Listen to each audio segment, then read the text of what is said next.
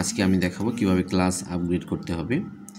প্রথমে আমরা adolescent nutrition central reporting system এই অ্যাপসটা ইনস্টল করে নেব।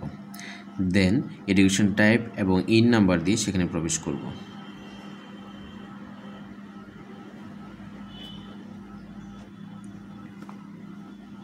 পাসওয়ার্ড দিব 1 থেকে 6 পর্যন্ত।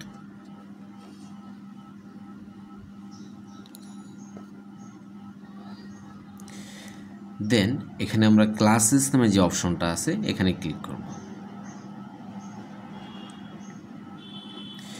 ধরেন ক্লাস 6-এ যে স্টুডেন্টগুলো 2024 সালে ছিল এখন তারা ক্লাস 7-এ উঠেছে, এই স্টুডেন্টদেরকে আমরা ক্লাস 7-এ আপগ্রেড করব।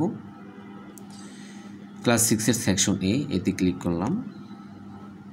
দেখেন এখানে স্টুডেন্ট লিস্ট এমটি দেখাচ্ছে। এখন আমরা উপরে আপগ্রেড ক্লাসরুম এই অপশনটাতে ক্লিক করব। ক্লাস 6-এর ঠিক নিচে দেখেন 2025 সাল লেখা আছে, এটাকে 2024 সাল করে দিব।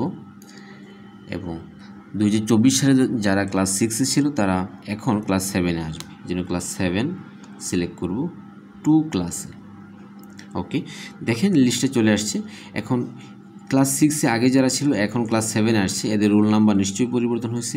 এদের নিউ রোল কত, ধরেন রোল নাম্বার 1 যার ছিল এখন বর্তমানে 3, যার রোল নাম্বার 3 ছিল তার হয়েছে 2।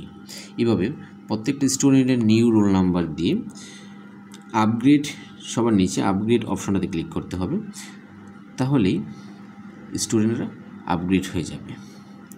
যদি এরকম হয় যে কোনো স্টুডেন্ট ফেল করেছে তাহলে তাকে আপগ্রেড করার কোনো প্রয়োজন নাই, বা কোনো স্টুডেন্ট যদি এক সেকশন থেকে অন্য সেকশনে যায় তাহলে সেকশন পরিবর্তনের একটা সুযোগ আছে। এখানে দেখেন সেকশন এ বি দুটি দেখাচ্ছে। এভাবে প্রত্যেকটা ক্লাসের স্টুডেন্টদের আপগ্রেড করতে হবে। Thank you so much.